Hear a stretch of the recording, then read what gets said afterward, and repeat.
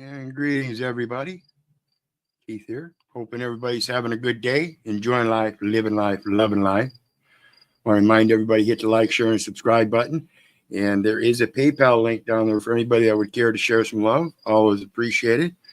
And I'm going to get into it tonight as it relates to a man is bound by his word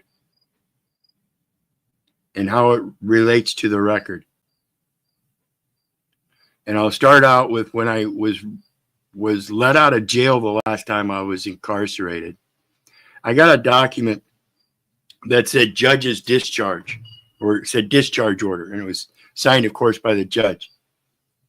And when I went up to the counter and they gave me all my things back, they wanted me to sign this document, and clearly on top it said release paperwork.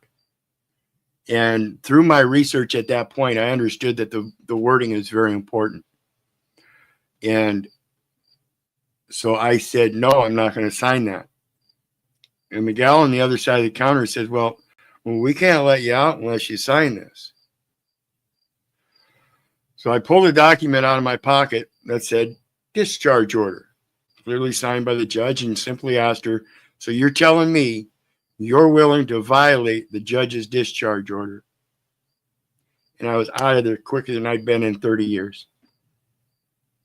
And this is the premise to the thing about my cancer. Because when I went to the hospital and entered the emergency room, I got a document that clearly said on the top,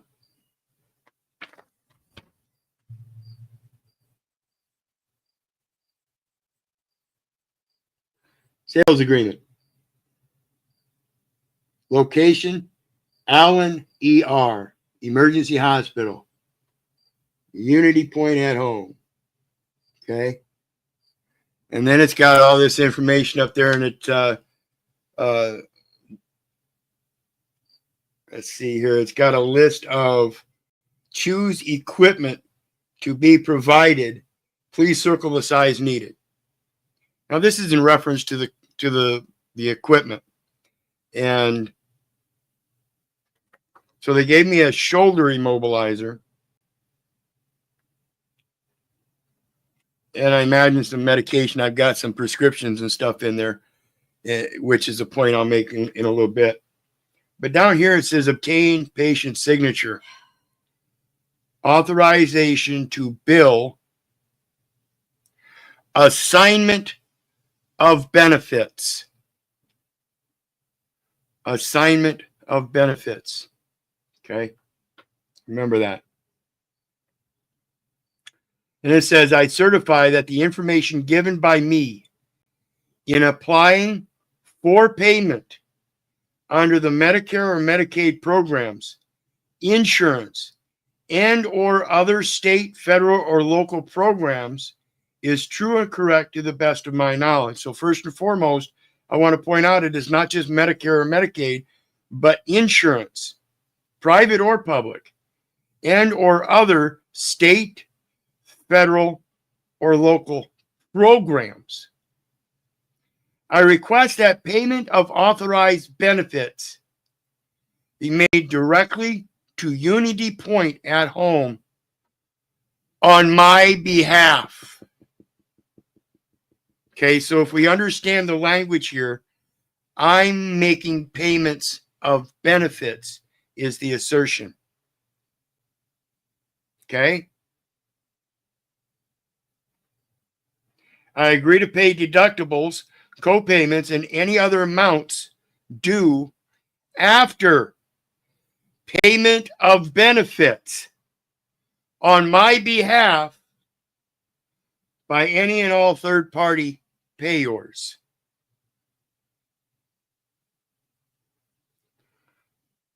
I agree to pay deductibles, co-payments, and any amounts due after payment of benefits.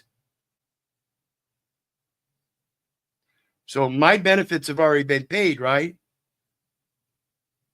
I'll show you how that's done.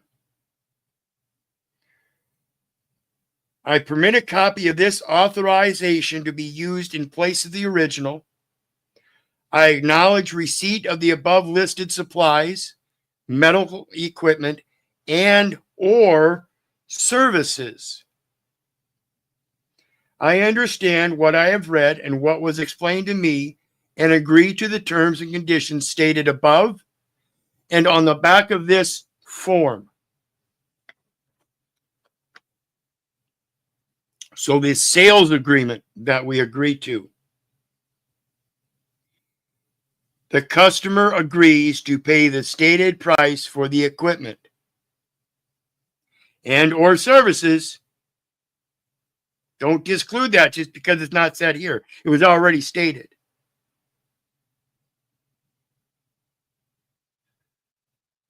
Customer agrees to pay the stated price for the equipment, it being understood that credit will be given to the customer's account for payments received from any medical insurance program or from any third party, those other payors.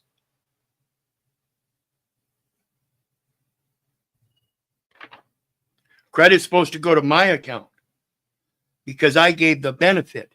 That's the equal exchange. Okay, and I'll point that out here. So let's take a look.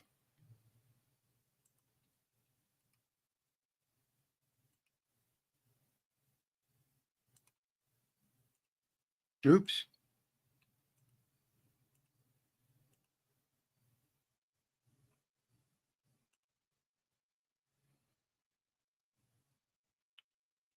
So let's take a look at the term benefactor first.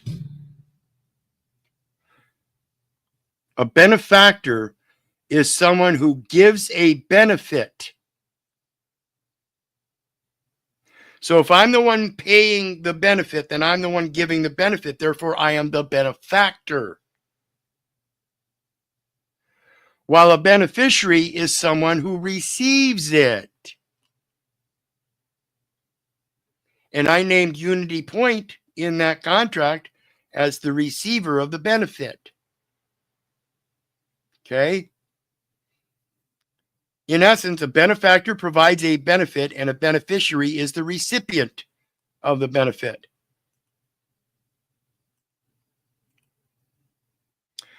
Is the Social Security number a beneficiary record?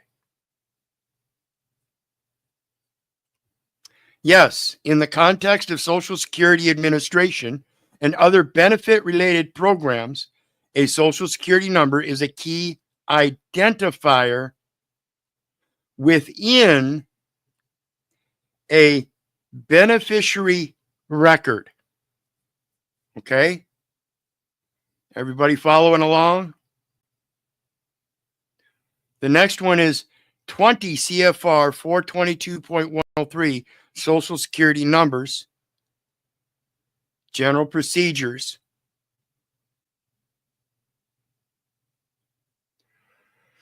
The Social Security Administration maintains a record of the earnings reported for each individual assigned a Social Security number. So they assigned a Social Security number, and that is an assignment that people undertake without recognizing that destroys or sets off in some way or another depositions their actual natural character of benefactor. Because without you, that record of the individual would never have been created. And in that creation, the individual is assigned a Social Security number. Okay? We following along?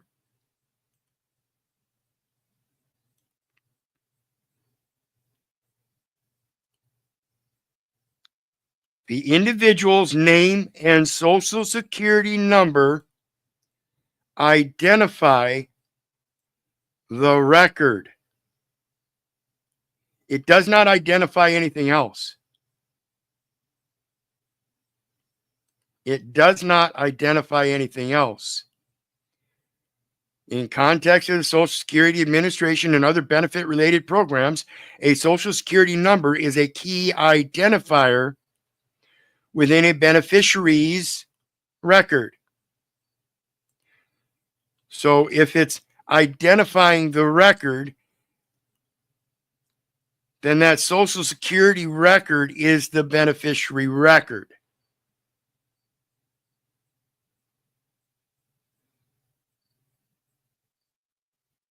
And you pay the benefit. Without you, there is no benefit. Okay?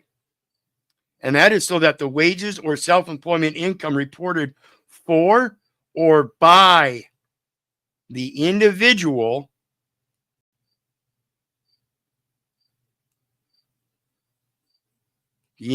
so assigned a Social Security number can be properly posted to the individual's record.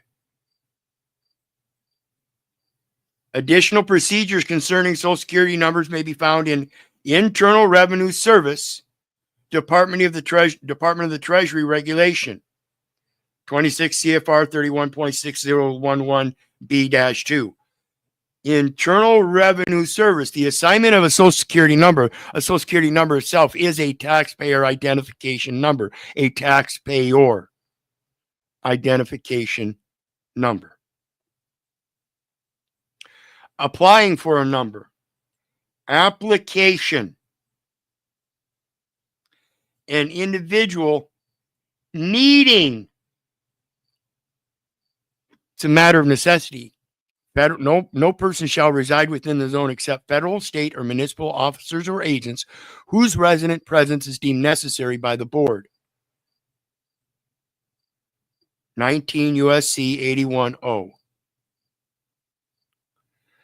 An individual needing a Social Security number may apply for one by completing a prescribed application and submitting the required evidence.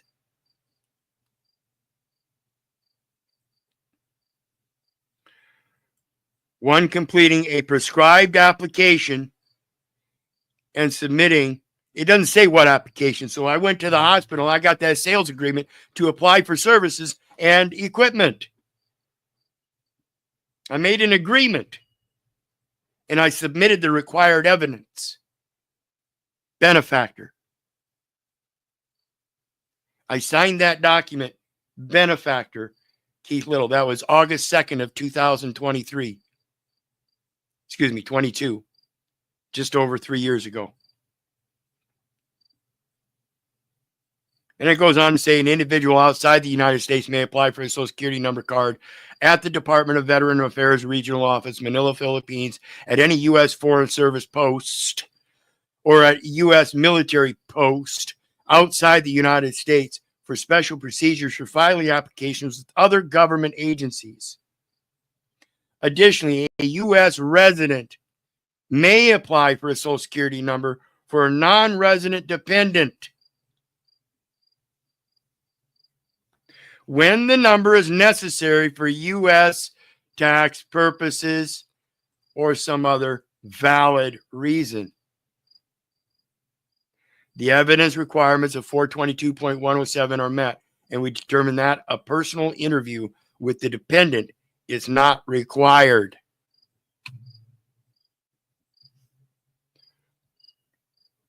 So where is the determination of residency by the board as necessary if it doesn't happen with that personal interview? Are they determining that the requirements of residency are valid because mom and dad said so? Understand what's being done. Birth registration document. We may enter into an agreement with officials of a state, including, for this purpose, the District of Columbia, Puerto Rico, Guam, the U.S. Virgin Islands, and New York City. New York City. Special implications for modern times, folks. To establish as part of the official birth registration process a procedure to assist us in assigning Social Security numbers to newborn children. where an agreement is in effect, a parent, as part of the official birth registration process, need not complete a prescribed application and may request that we assign a Social Security number to the newborn child. A newborn child that has not been deemed a resident yet, but yet is assigned a Social Security number as if though he is a Medicare qualified government employee, a resident of some sort, level or another, federal, state, or municipal officer or agent whose resident presence is deemed necessary by the board. But that isn't so because nobody had any kind of personal interview, and it was simply a request that we assign a Social Security number to a newborn child.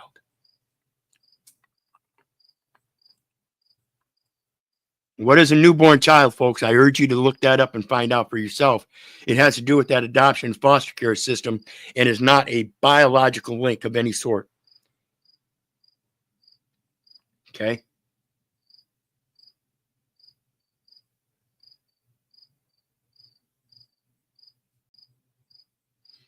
How numbers are assigned. Application. If you complete a prescribed application, we will require you to furnish evidence as necessary.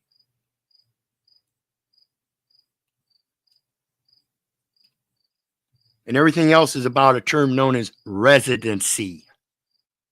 Not residence, not resident, but residency. The act of being a resident. To be or not to be. To assist us in establishing your age, U.S. citizenship, or alien status. And again, this is to establish your age upon birth, the very first day. Well, of course, he's obviously only 1 day old. The rest of it is a matter of tracking your age, U.S. citizenship, or alien status. True identity and previously assigned Social Security numbers, if any. True identity and not the identity of the beneficiary. Yeah, I'm Keith Little. That's my Social Security number. No, that's the individual Social Security number. It was assigned to the individual who is a person in personification of what is real. It is not real. You are real.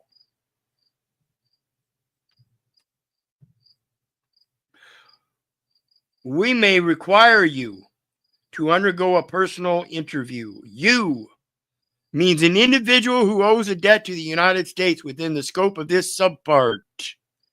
So first, in order to apply and then have a Social Security number assigned, you would have to owe a debt to the United States.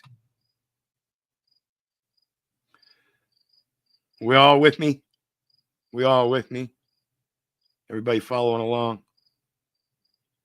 The next one is the Commodity Exchange Act, as it goes to all those applications, sales agreements, registrations, contracts, release paperwork. Man is bound by his words, and that paper is bonded in person. If you're going to sign on that document, this is the Commodities Exchange Contract, and it says Contract Enforcement, or Commodities Exchange Act. And it says contract enforcement between eligible counterparties. Counterparties. When you're on one side of the counter and somebody else is on the other side of the counter, holding each other accountable. And the best way to do that, folks, is by using something known as a countable noun. A countable noun. Benefactor is a countable noun. It can be used in both singular and plural form, benefactor or benefactors. This is why I talk about concise English and knowing what the language really is. It says, in general, no hybrid instrument sold to any investor shall be void, voidable, or unenforceable, and no party to a hybrid instrument shall be entitled to rescind or recover any payment with respect to the hybrid instrument under this section or any other provision of federal or state law based solely on the failure of the hybrid instrument to comply with the terms or conditions of Section 2F or regulations of the Commission. Okay? That's what all that bonded paper is. They're hybrid forms, hybrid instruments, monetary instruments.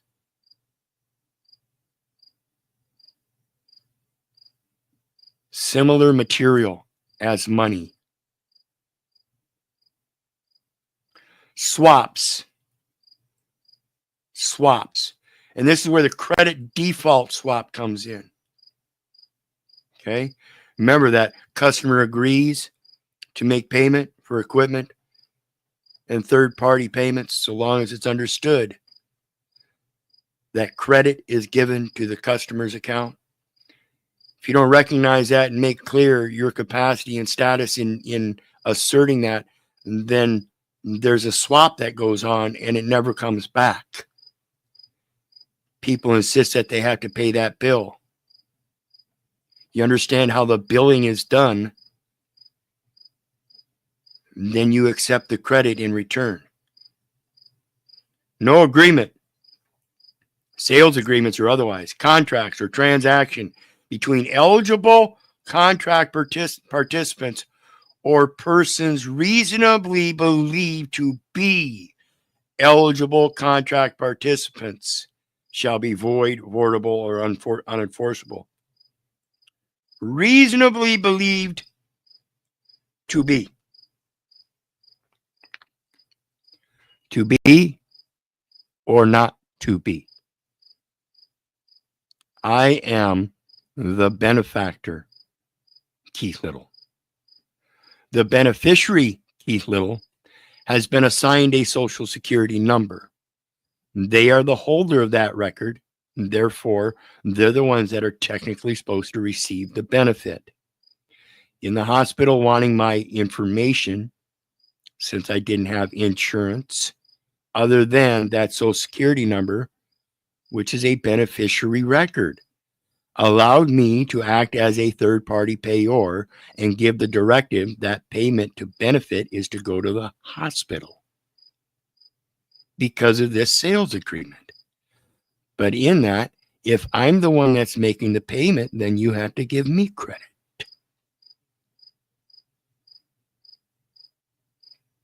See, I made the payment of benefit, didn't I? See, that's the payment. Says so in the contract.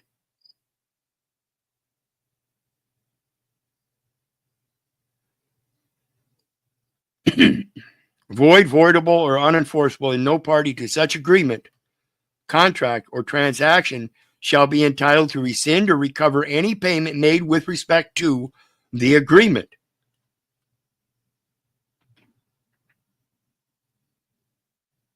They have no way out but to accept that if I'm the one that's got to make the payment, then they have to give me credit.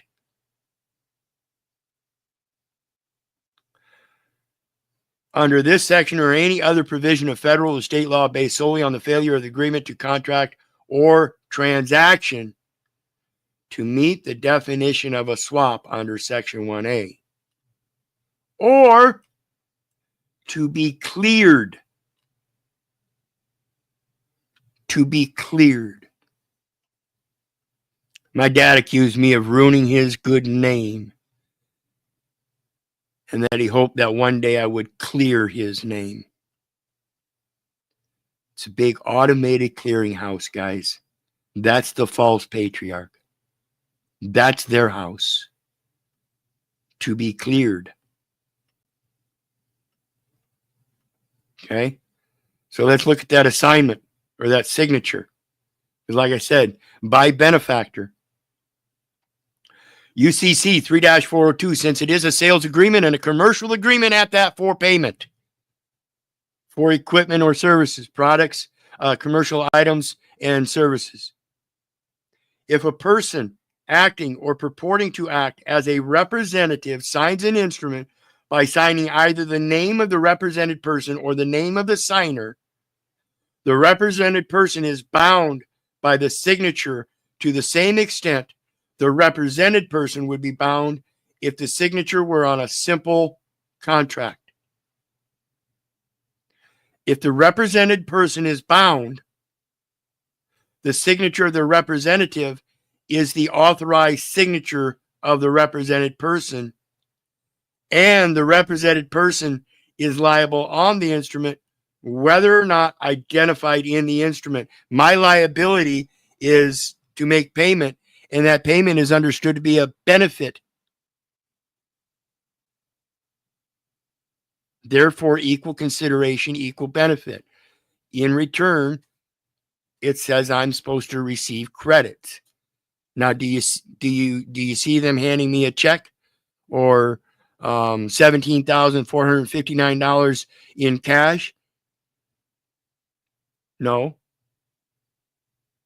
You suppose it's being made in credit? No, it's not being made in credit either, because nobody's making a payment other than the benefit of owe no man anything but to love one another. For to love one another is to fulfill the law. If you say I owe you because I had a necessity of life, having lung cancer, and you put out a public service obligation to help such people as me, and then hand me a sales agreement, I know I'm selling something. What is it I'm selling? A benefit.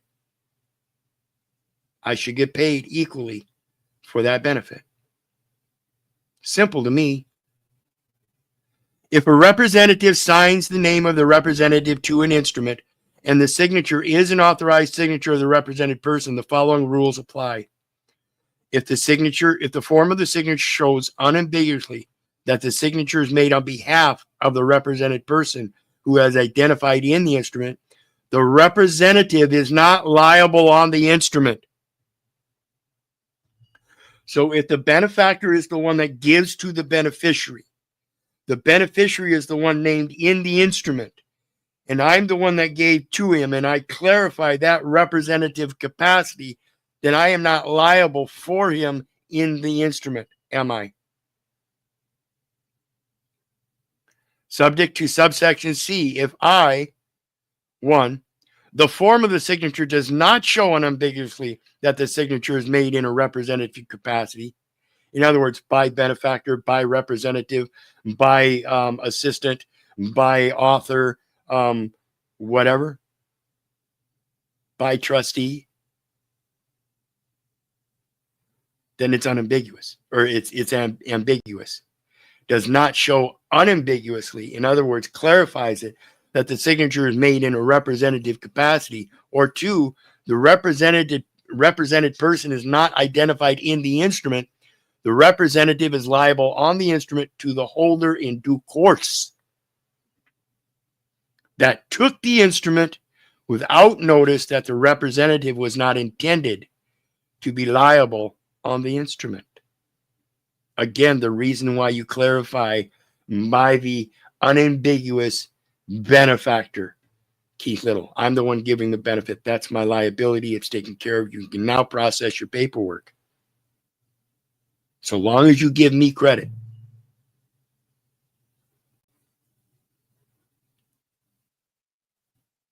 With respect to any other person, the representative is liable on the instrument unless the representative proves that the original parties did not intend the representative to be liable on the instrument. Assignment of benefits. I was assigning benefits, not liabilities. That was my liability. If the representative signs the name of the representative as drawer of a check without indication of the representative status, and the check is payable from an account of the represented person who is identified on the check, the signer is not liable on the check if the signature is an authorized signature of the represented person, like trustee, benefactor, author. That's when you can start signing in different names. By benefactor, it's obvious in this situation, it's still going to be Keith Little. But Samuel Clemens would, by author, write Mark Twain. So let's take a look. And I guess I forgot to switch that. That's the UCC 3-402 representative signature. Signature by representative. Just so you know. I always show my sources. So let's take a look at the next one, which is the banking code, U.S. Code 1813 definitions. And we're going to go down to that term deposit. Like I said earlier, it's a deposition, a deposition, a misplacement, or a displacement.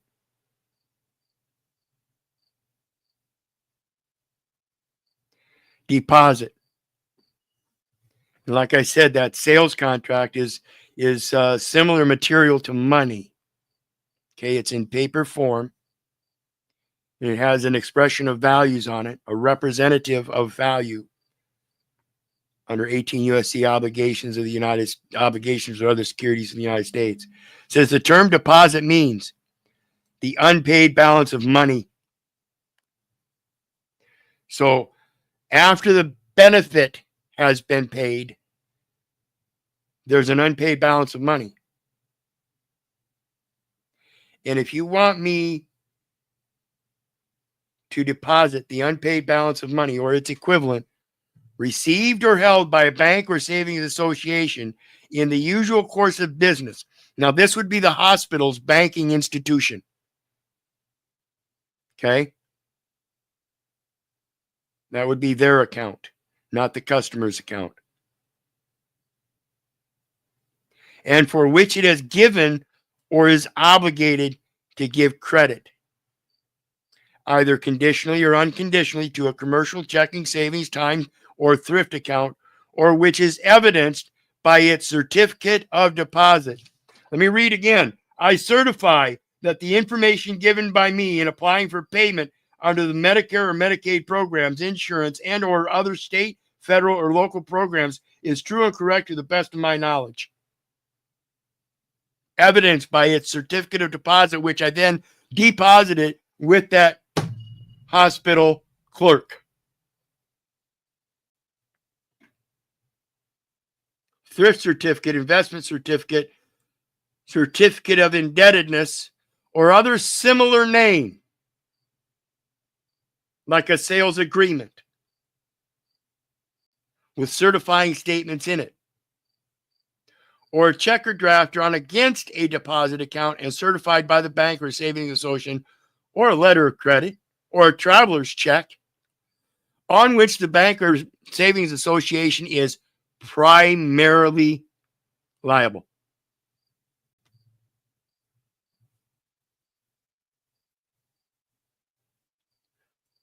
Provided that, without limiting the generality of the term money or its equivalent, similar material under monetary instruments.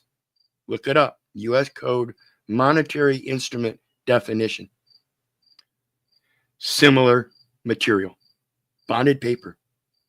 A blank piece of paper is similar material. It's a representative of value, and a man is bound by his word. Is that not a representative of value? Why do I need to write it down? Can't I just utter it and they'll record it? Then it's written down, right? Why do you need my signature? See where I'm going, folks? Any such account or instrument must be regarded as evidencing the receipt of the equivalent of money when credited or issued in exchange. Data exchanges for checks or drafts or for a promissory note upon which the person obtaining any such credit or instrument is primarily or secondarily liable.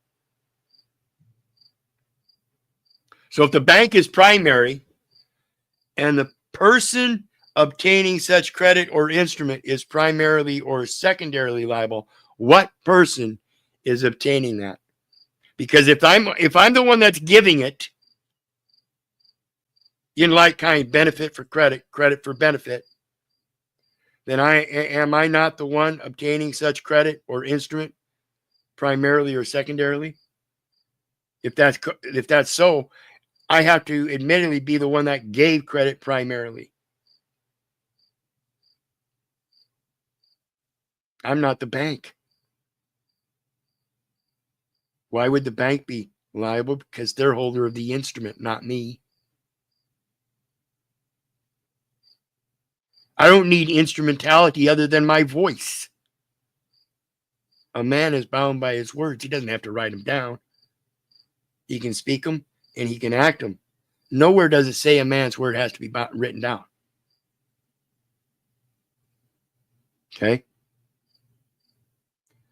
Or other instruments forwarded to such bank or savings association for collection.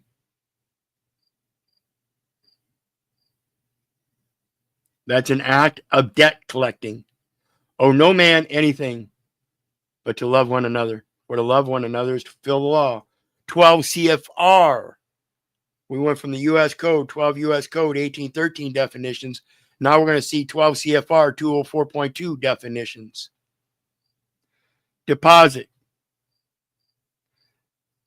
Again, the unpaid balance of money or its equivalent received or held by a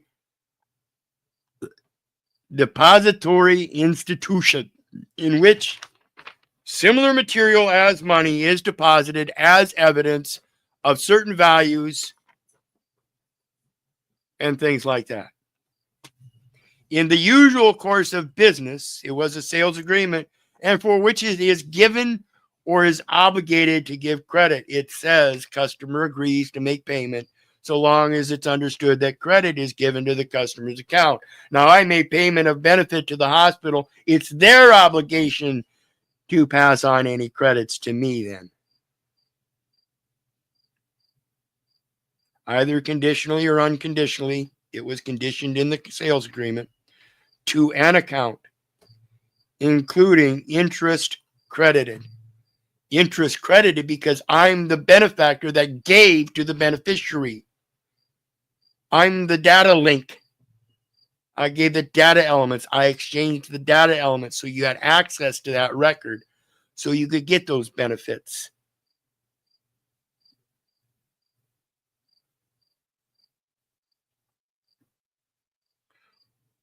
Or which is evidenced by an instrument on which the depository institution is primarily liable. They're primarily liable to me just as much as I'm primarily liable to them. I already paid. I already gave them the data elements to receive the benefit. That's why I have that nice document that says you owe nothing.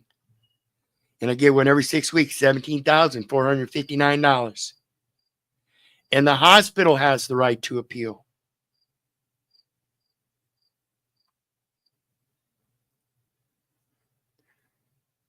It's that simple, folks. I'm bound by my word. I promise. I will pay for those products and services so long as it's understood that when I pay the hospital through their financial institution and that banking association, that account, to extend credits to me. I gave them access. I'm the one that charged it up. I'm the one that made it available so that they could prevail in that appeal. All they have to do is comprehend where that liability sits and go to the Social Security Administration for it. If it's owed, they'll pay it. Wait a minute. You guys remember the capitation fees and prepaid insurances and how the federal government already does that? See, they've already been paid.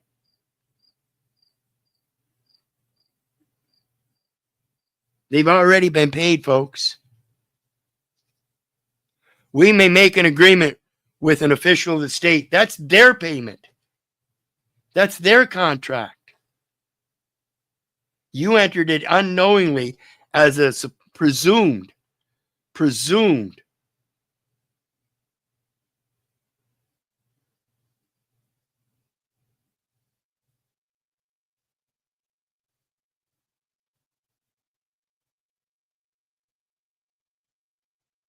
Person reasonably believed to be eligible contract participants without knowing that you're not a resident. You are not, in fact, a federal, state, or municipal officer or agent whose resident presence is deemed necessary by the board. You're not supposed to be interacting in these public services like this emergency room as if though you're a contract participant. You have to clarify your status and capacity on that contract, clarifying by benefactor. I'm the outside person. I'm not doing this as part of the contract. I understand that somewhere they made an agreement with an official of the state, and in the assignment of a social security number to an individual, they're using a record system to transfer benefits and credits. They don't need my money to do that.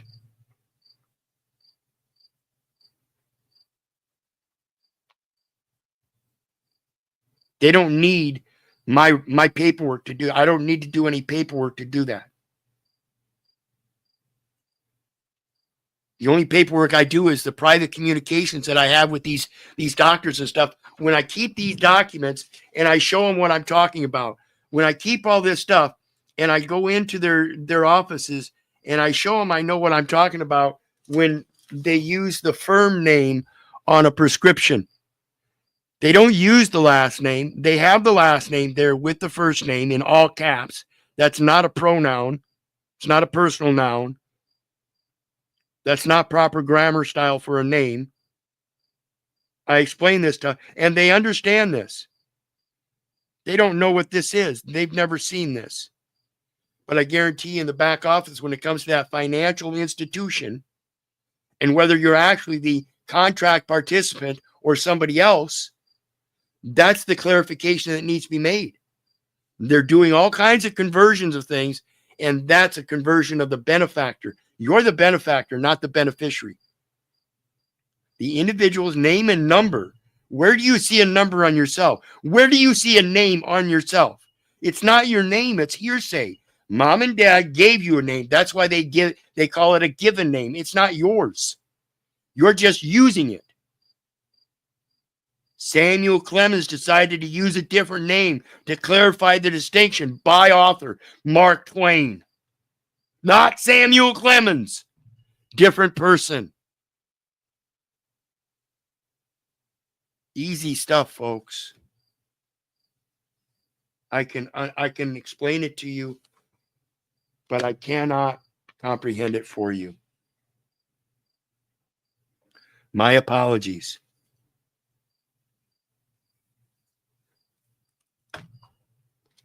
I can only hope that you comprehend what I put here today to show you.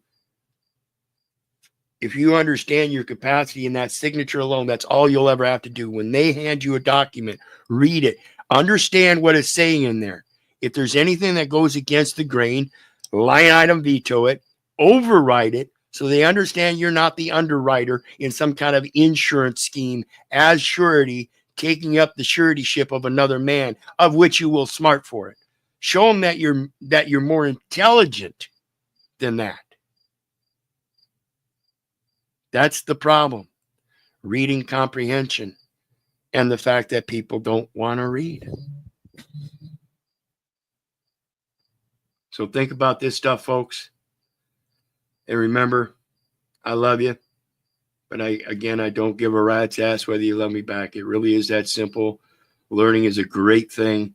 It's exciting and it's boring at the same time. But I guarantee you, in your lives, it'll open up great doors to things that you never thought were possible in your life when you start understanding this concept. You're the one that gives the directive. The 9th and 10th Amendments state this without saying it.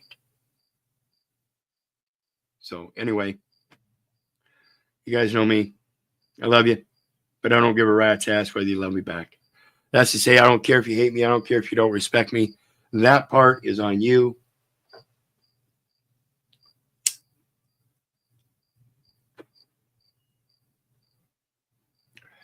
So may your God bless you and love you. And we'll see you again next time. Bye now.